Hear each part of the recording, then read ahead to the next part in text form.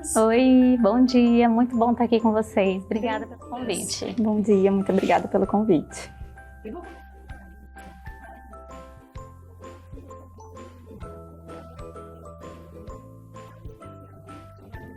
Sim, a Nina tem 7 anos e é uma menina muito alegre, muito risonha, muito sociável.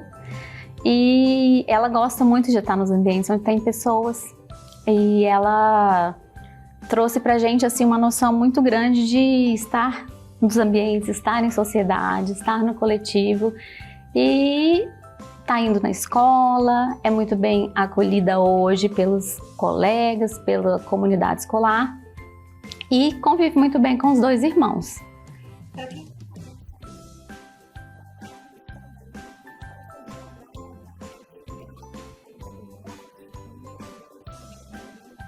A Nina nasceu muito bem, né? Então até o ano de idade ela veio se desenvolvendo dentro dos marcos, como o irmão dela, né? Então eu vim acompanhando e achando tudo muito normal.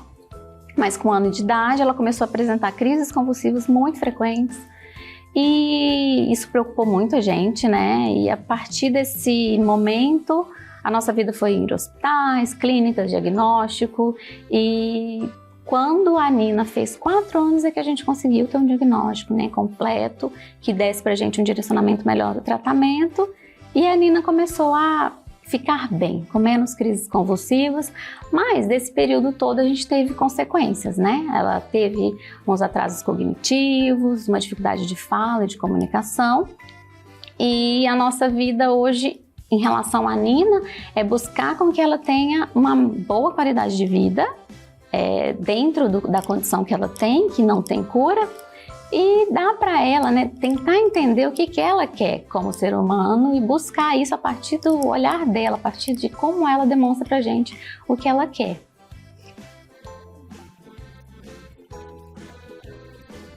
A Nina tem uma síndrome que se chama Síndrome de Lennox-Gastaut, que é uma síndrome que está relacionada às convulsões. Então, a base de todos os sintomas são as convulsões e o controle ou não dessas convulsões vai provocar os sintomas adjacentes aí, que é como eu falei.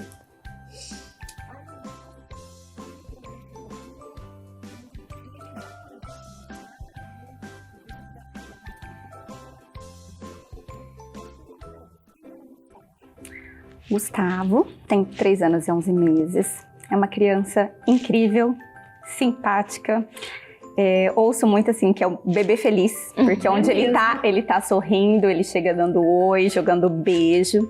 E o Gustavo, ele tem síndrome de Down, né? O diagnóstico do Gustavo foi com 10 dias de vida, não foi na gestação, não foi no parto, foi com 10 dias de vida.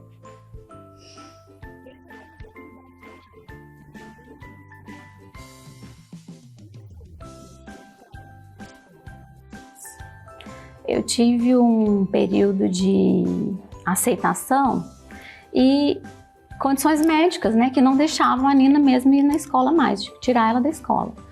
E ao voltar, a gente voltou para a escola uma outra Nina, uma Nina que já não falava mais, que perdeu algumas habilidades, e encontrar uma escola que desse para ela um ambiente que fosse acolhedor, tanto em relação às necessidades médicas, como em relação às demandas mesmo de aprendizado que ela tinha, foi um desafio, mas que eu acho que a gente conseguiu ir galgando espaço, sabe? Com diálogo, eu acho. Assim, o melhor foi a gente ter encontrado um lugar que estava aberto. Não é um lugar pronto, acabado, perfeito, mas que estava aberto para entender quem que era essa menina, qual que é a individualidade dela, que a deficiência é uma parte dela e não é o todo.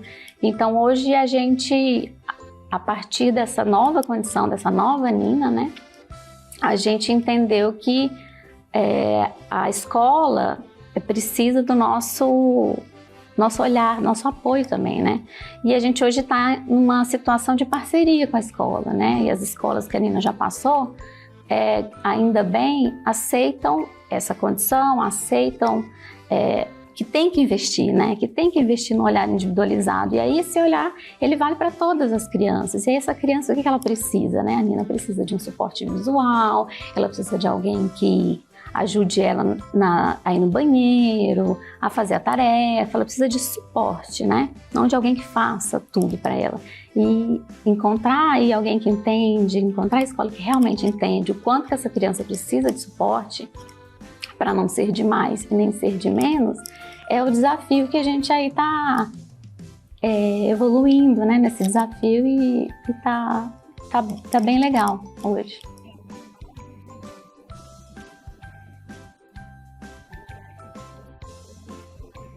E se for demais, você acaba não dando para a criança a oportunidade dela ir com as próprias pernas, né? E de menos a gente deixa a criança ali fora do contexto, isolada, causando uma sensação de que ela não pertence naquele lugar.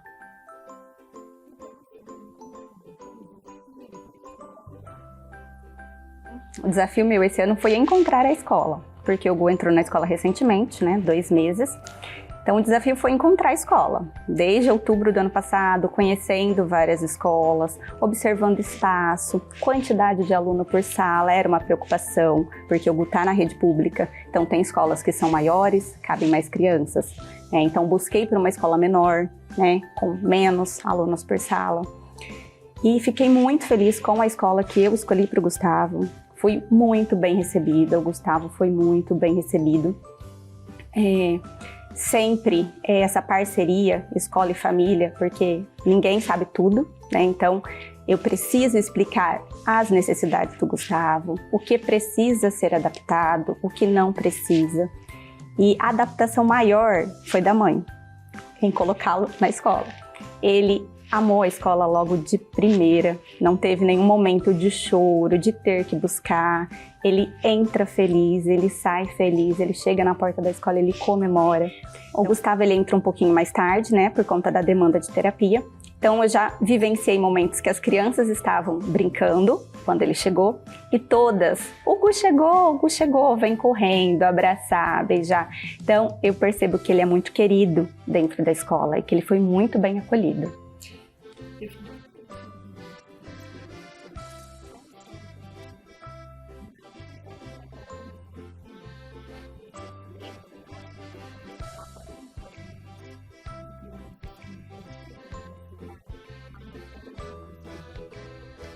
O desafio maior que eu vivi foi realmente encontrar uma brecha, né, para que aquelas pessoas que estivessem recebendo meu filho compreendessem de fato, né, o que ela precisa. Porque o ideal é assim, que a escola soubesse, né, que a escola se especializasse em compreender todas as crianças. Mas o que a gente vê é que as mães precisam buscar esse conhecimento, né, se tornarem um pouco especialistas naquilo que os seus filhos precisam, para que elas repassem essa informação adiante, seja para os professores ou para os terapeutas. E no fundo a gente sabe que o maior especialista dos nossos filhos somos nós, né? Então isso a gente vive com o médico, a gente vive na escola, que às vezes ser invalidada porque eu estou diante de um profissional que teoricamente sabe o que está fazendo. Só que nem sempre ele sabe, porque ele falta conhecimento. Então essa humildade, esse passo atrás que o profissional precisa dar é um grande desafio na relação com quem está com nossos filhos, né? Porque nem todo mundo olha pra gente como pessoas aptas a trazer esse novo conhecimento. Então acho que para mim o maior desafio, tendo encontrado abertura para falar, é falar de um lugar em que a minha fala é validada, sabe? Diante de um profissional. Eu não sou profissional, eu não preciso entender do ponto de vista do profissional, mas o que eu levo em relação à minha filha vai agregar nesse profissional. Então, às vezes, ter esse espaço, ter essa validação e as pessoas entenderem que a gente é apto para falar é um grande desafio. E para você, Aline? Concordo com a Larissa. O desafio foi esse inicial, né? Da gente poder falar, explicar quem é o Gustavo, né? Tudo que ele já conquistou, o que ele precisa conquistar, quais são as adaptações necessárias, né? Que eu acho bem importante na maternidade atípica. Igual ela falou, saber dosar o que ele precisa e o que ele não precisa, né? Então eu acho que esse é o desafio mesmo, da gente mostrar quem é os nossos filhos e explicar, né, o que é necessário para os profissionais que acompanham eles.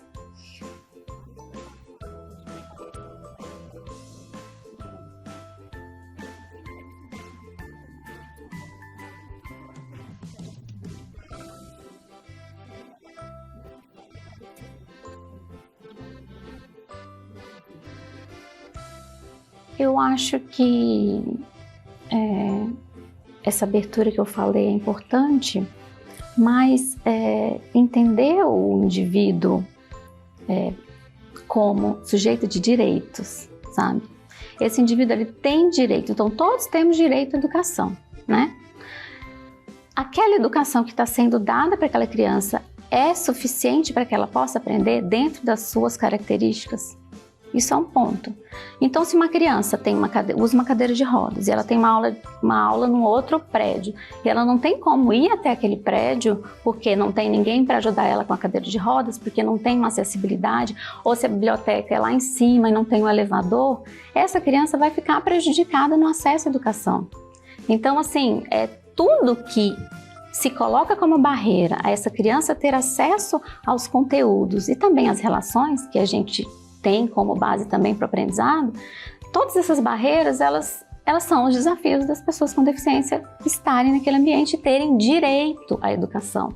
Porque se eu tenho essas barreiras, ele vai estar limitado no seu direito à educação. Então é por isso que a gente precisa olhar para a escola como um espaço que acolhe todos os tipos de corpos, todos os tipos de comunicação. Então, se eu tenho uma criança cega, precisa ter acesso a braille, como que ela vai aprender a ler e a escrever sem braille, né? Se eu tenho uma criança que usa cadeira de rodas e não tem todos os ambientes acessíveis a ela, como que ela vai conseguir acessar tudo que ela precisa? Então, o que mais dificulta, né, eu acho que são as barreiras físicas, as barreiras de conhecimento, linguagem, cognitivas, né? E as barreiras atitudinais, que são as atitudes das pessoas, o comportamento das pessoas em relação àquela criança, aquele direito que ela tem, né, de educação, de convivência.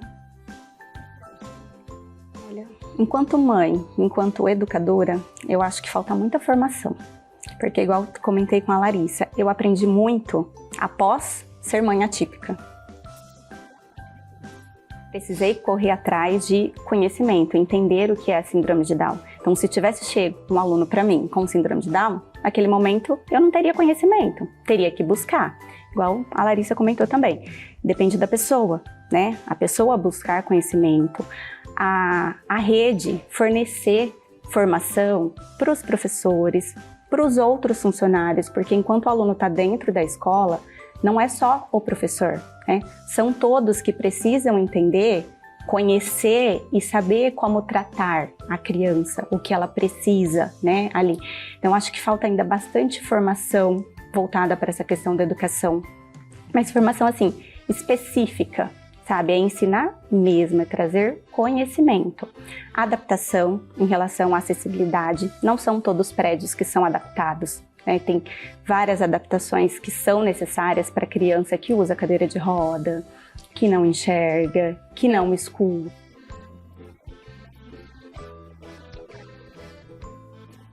Uma das coisas assim, que eu levei em consideração foi o tamanho do espaço físico, né? Tinha escola que tinha um espaço amplo, um parque lindo, gigante, só que a sala de aula também era gigante. E para o Gustavo, que eu sei que tem alguns atrasos, eu queria menos crianças por sala. Então eu busquei uma escola menor, mais aconchegante, né? Com menos crianças dentro da sala. Então acho assim que falta bastante formação, né? Para conhecimento de todos os profissionais dentro da escola e pensar nessa questão da acessibilidade, das adaptações que são necessárias, tanto na parte física quanto na parte cognitiva também, porque as crianças têm direito a uma adaptação de conteúdo, o que aquela criança precisa, qual é a realidade dela. Então, acho que falta bastante.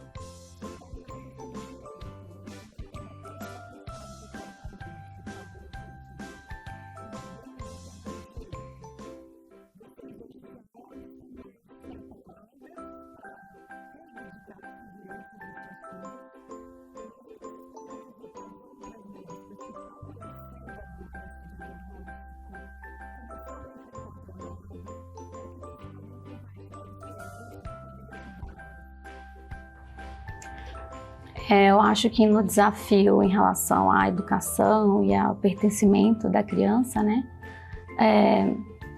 conhecer os direitos é muito importante e olhar a criança como um indivíduo completo, Porque o que a gente vê é que tanto família quanto a sociedade, seja escola, ambiente médico, terapêutico, eles acabam presumindo menos a capacidade daquela criança.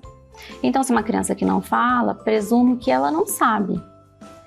Se uma criança que não anda, eu presumo que ela também não sabe, que ela não tem interesse, por exemplo, a uma aula de educação física. Então, uma base importante para as mães e para toda a sociedade é presumir que aquele indivíduo, ele quer aprender, ele quer pertencer. É lógico, a gente tem características individuais, crianças são mais tímidas, mas em geral, a sociedade presume que aquela criança não quer estar ali, ou que ela não tem capacidade para aprender, né? E o que a Aline bem falou, que eles precisam de adaptação. Então, para aprender, essa criança precisa de um suporte visual, ela precisa de braille, ela precisa de libras, né? E quando a gente deixa de presumir que essa criança pode aprender e que o que a gente precisa fazer é adaptar a informação da forma que chega a ela, para que ela possa absorver do jeito que ela tem capacidade de absorver, a gente dá para ela mais oportunidade de aprendizado. Porque quando a gente acredita que ela não é capaz, e que infelizmente, é o comum da sociedade acreditar que não é capaz, a gente deixa de dar para ela as oportunidades que darão para ela essa visão de aprendizado dentro do que ela precisa, dentro das adaptações que ela precisa. Então, assim, eu acho que é muito importante a gente olhar para a criança. Bom, é uma criança com deficiência, independente de que tipo de deficiência ela seja, olhar para ela como um ser humano completo. E que o que a gente precisa fazer para ajudar é dar suporte para que ela realize o que os outros realizam dentro das limitações que ela tem. Né? Então, eu queria assim, que as mães soubessem e que elas, a partir desse olhar, pudessem acreditar que seus filhos são capazes. E que não é uma parte dela. Então, a gente vendo dessa forma, a gente acaba, bom, tá, se meu filho é capaz de aprender, então o que eu preciso e que profissional que eu preciso procurar para que ele aprenda? Que suporte que eu preciso dar para ele aprenda? Então, a gente muda o olhar, a gente não fala assim, eu preciso corrigir essa criança para que ela esteja nos ambientes. Eu preciso corrigir o ambiente e as pessoas para que essa criança esteja onde ela quer estar, sabe?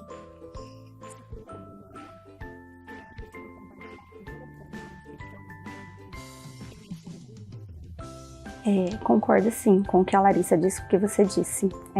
Enxergar a primeira pessoa e não a deficiência. Muitas vezes focam na dificuldade, o que ele não consegue, o que ela não consegue. Eu acho que o olhar precisa ser mudado para focar nas potencialidades, porque todo mundo tem o seu potencial. Então, se ele tem certa dificuldade, eu tenho consciência das dificuldades que o Gustavo tem, mas ele tem muitas facilidades, ele tem muita habilidade, ele tem muito potencial. Então a gente precisa enxergar primeiro a pessoa, não ficar focando na deficiência, no que ela não consegue. E essa questão de um profissional, que as crianças atípicas têm o direito de um profissional auxiliar, igual a gente já comentou, mas que saiba dosar esse auxiliar, né?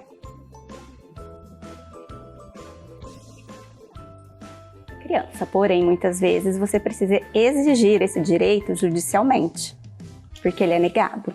Você precisa fazer isso? Eu ainda não, mas vou fazer pro ano que vem. Vou fazer, porque na rede pública eles não fornecem o profissional, professor auxiliar. Eles fornecem um apoio, e esse apoio é só para higiene, locomoção e alimentação. Coisas que o Gustavo já tem certa autonomia, né? Só que a parte cognitiva, esse apoio não ajuda.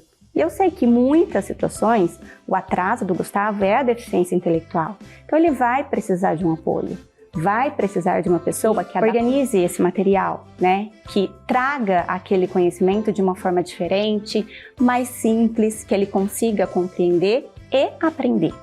Então, eu penso assim que tem que ter essas duas coisas. Tem crianças que têm uma necessidade maior da higiene, da locomoção, que vai precisar desse apoio, mas tem criança que precisa do apoio dentro da sala de aula. Esse professor precisa de um apoio também, porque muitas vezes as salas de aula são superlotadas. Então, com 30 crianças dentro de uma sala, que é a maioria, né, da rede pública.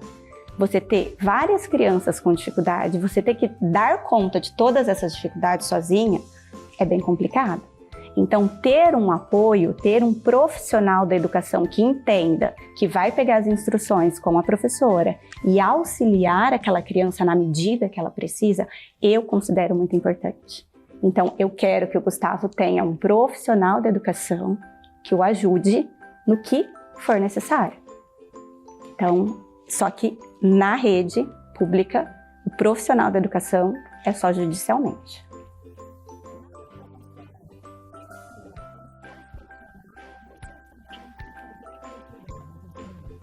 Enquanto família, a gente precisa participar de todos os momentos, né? A parte pedagógica é a responsabilidade do professor, mas enquanto família a gente precisa participar e entender como está funcionando dentro da escola e o que a gente acredita também que seja necessário. As terapeutas também contribuem bastante, uma coisa que eu esqueci de mencionar. O Gu acabou de entrar na escola, mas todas as terapeutas já entrou em contato com a professora para explicar algumas necessidades sensoriais dele, algumas coisas que é preciso adaptar, algumas dúvidas que as professoras tiveram, elas conversaram comigo e pediram ajuda das terapeutas. Então eu acho que é um trabalho multidisciplinar quando envolve uma criança típica. É a escola, é a família e também os profissionais que acompanham na área da saúde. O que a Aline falou, na verdade, é um modelo de administração da participação daquela criança na escola que está previsto na lei. Então, a criança ela tem direito a estar na escola. Essa escola deveria ter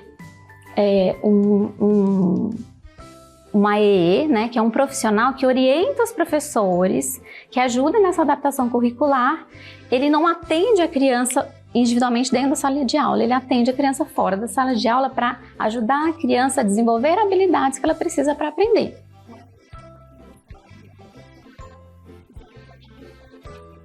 Isso, é atendimento educacional especializado. Então, todas as escolas deveriam ter pelo menos um profissional desse para orientar os professores e estagiários e o corpo como que se dá essa adaptação curricular, né? Essa adaptação de conteúdo para que essa criança tenha acesso ao conteúdo de forma que ela aprenda. E dentro desse trabalho do AEE, dentro do trabalho de inclusão escolar, na perspectiva, né, da inclusão, da educação inclusiva, que é uma previsão legal que a gente tem, os profissionais de educação podem trazer dos profissionais da saúde informações que vão ajudar essa criança a aprender dentro da escola. Então, o mundo ideal, quem avalia se essa criança precisaria ou não de um profissional de apoio ou de um profissional de atendimento ali dentro da sala de aula, deveria ser a escola. Só que a realidade é que as escolas não têm essa capacidade hoje de fazer essa avaliação. Então, o que a gente faz como mãe? A gente exige que tenha alguém ali dentro, exclusivo para o nosso filho, para que essa pessoa esteja atento às necessidades educacionais daquela criança. Isso envolve não só a educação formal, né? O aprendizado do conteúdo, mas isso também envolve a sociabilidade, porque a gente aprende na relação com o outro. Então, se essa criança precisa de um profissional, esse profissional também tem que entender, como a gente disse, na medida que essa criança ela precisa desenvolver autonomia, precisa desenvolver conteúdo e precisa desenvolver relações, né? A partir dessas relações, ela também aprende. Então, assim, é um conjunto de coisas que a lei garante, mas que a gente tem que brigar muito para conseguir, né? E a gente sabe que tanto público quanto particular a gente tem muitas dificuldades de conseguir tudo isso. E essa estrutura toda, ela existe, não é para deixar a criança dependente, ela existe para dar para a criança o suporte necessário para que ela caminhe com as próprias pernas um dia, né? E ela vai diminuindo, às vezes, essa necessidade de apoio, às vezes a criança aprende coisas que dali em diante ela não precisa mais de determinadas adaptações. Então, a escola como um todo precisava ter esse olhar de diminuindo a necessidade de um profissional exclusivo para aquela criança, para que ela tenha autonomia. Só que assim, infelizmente não é a realidade, é o ideal. Eu acho que a gente está andando para isso acontecer, né? Bem devagarinho, e acaba que a gente como mãe entra muito nessa questão educacional. não deveria. A gente deveria participar como família, assim como a gente participa, você participa da escola dos seus filhos como mãe. Mas a gente acaba entrando também como ofertadora, fornecedora de informação e conhecimento nessa área.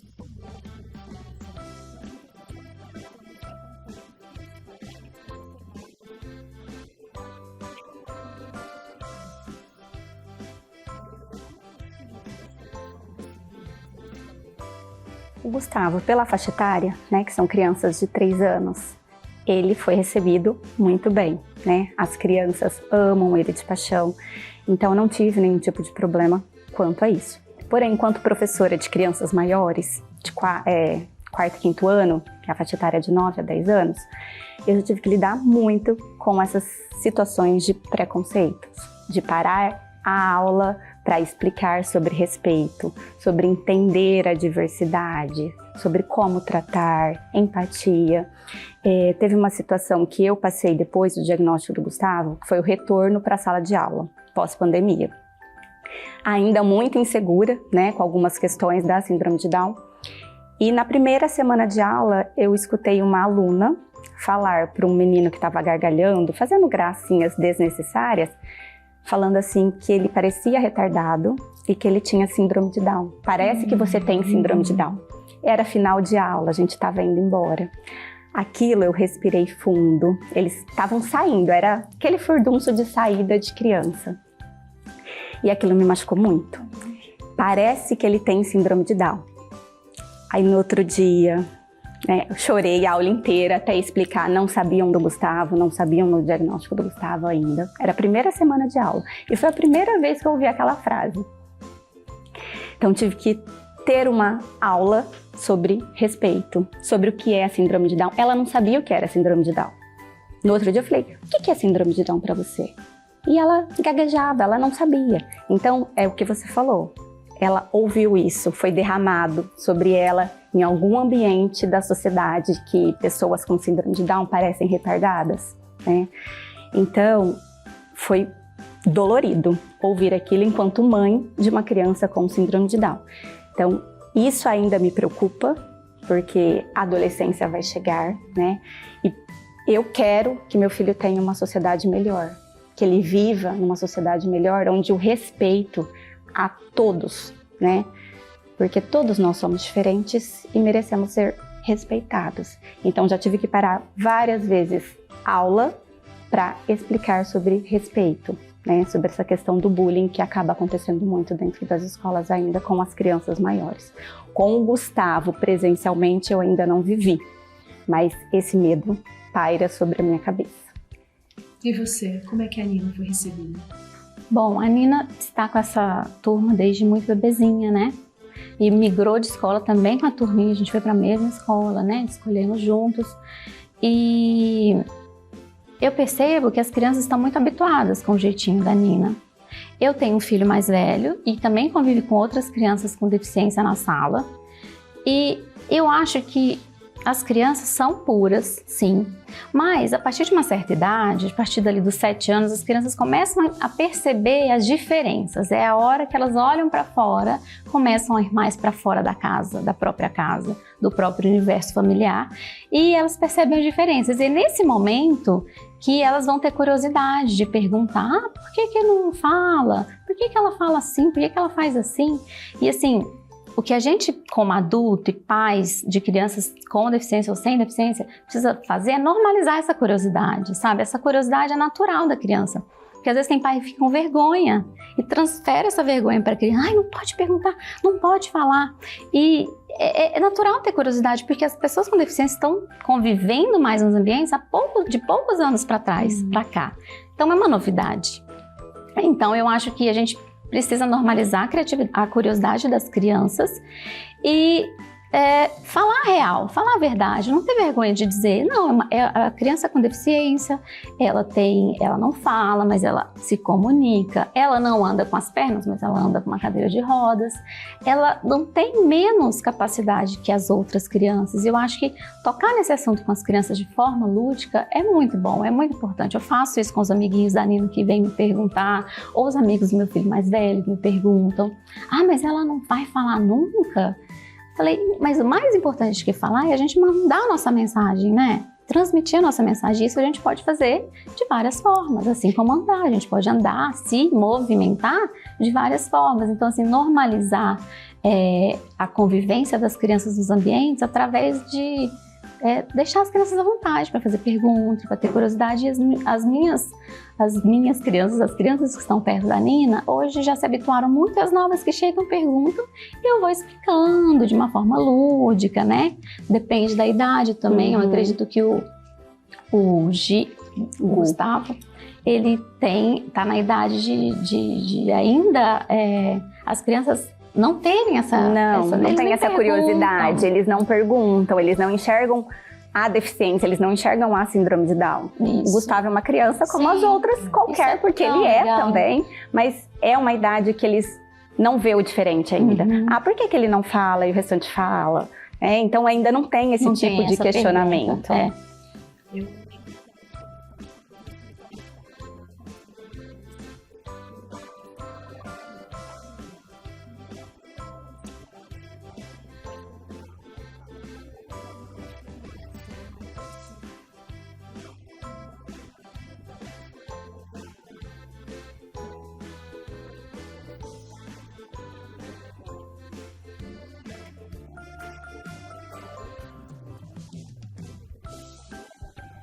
O que a criança faz e não o que ela está deixando de fazer. Ela não fala, não, ela tem algo que fala por ela. Ela se comunica de outra forma. Isso é muito legal. Isso é uma cultura que a gente cria a partir da convivência. Porque se a criança com deficiência não está ali nos ambientes, não está nos espaços, isso vai continuar sendo algo estranho, algo não conhecido. Então, eu acho que essa convivência, né, ajuda as crianças a olharem dessa forma.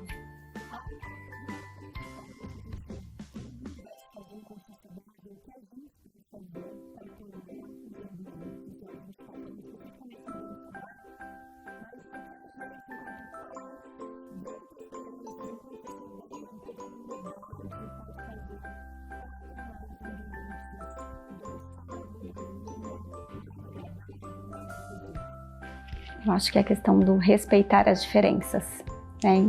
Independente da deficiência, enxergar a pessoa, né? Enxergar a pessoa primeiro, enxergar o que ele precisa. E enquanto os pais de crianças típicas, falar com naturalidade também. É igual a Larissa colocou, não é ter vergonha de perguntar, as crianças são curiosas, elas querem saber. Então é explicar com naturalidade, ensinar sobre as diferenças e sobre respeito, que eu acho que falta muito ainda essa questão do respeito. Respeitar o diferente, não apenas pela deficiência. Tem muitas questões que são trazidas dentro da escola que falta com o respeito, que deveria vir de casa. Então, acho assim, a questão do respeito, de enxergar a pessoa e ter empatia, saber se colocar no lugar da outra pessoa, da outra família, da outra mãe, que às vezes a gente tem alguns problemas com a família das outras crianças, né? Que vem com alguns questionamentos. Então, saber se colocar no lugar do outro e respeitar as diferenças. E você, Larissa? Eu acho que a gente precisa se mover, né, como sociedade. Todo mundo quer um mundo melhor, né, para viver. E eu tive sorte de ter outras mães do meu lado que exigiam por mim aquilo que eu também estava exigindo, né? Então, quando a gente foi visitar essa escola nova, as mães foram comigo, elas falaram, olha, a gente queria muito que a Nina ficasse na sala dos nossos filhos, porque eles já sabem lidar com a Nina, eles podem inclusive ajudar o professor a compreender a Nina. Então, assim, eu fui abraçada pela comunidade escolar, e essa comunidade escolar deseja que a escola, que os filhos deles, que não têm deficiência, seja uma escola, inclusive, aberta à diversidade, né? Então, a gente vai numa escola, observa se essa escola, ela tem rampa, ela é acessível. Essa escola tem professores de todos os tipos, ela tem professores negros, ela tem professores com deficiência, ela tem uma estrutura que abrace a diversidade. Eu acho que assim, devia ser uma preocupação de todos nós, porque em doses diferentes, cada um de nós tem um componente desviante do padrão. Todos somos desviantes do padrão. Então, se a gente começar a olhar para a sociedade como um lugar que precisa abraçar a todos e que, independente dos padrões que estão por aí e que sempre vão existir, sempre existiram, a gente pode se sentir à vontade na nossa própria pele e fazer com que todos também se sintam. Eu acho que isso é uma busca por inclusão e diversidade a partir de cada um de nós, sabe?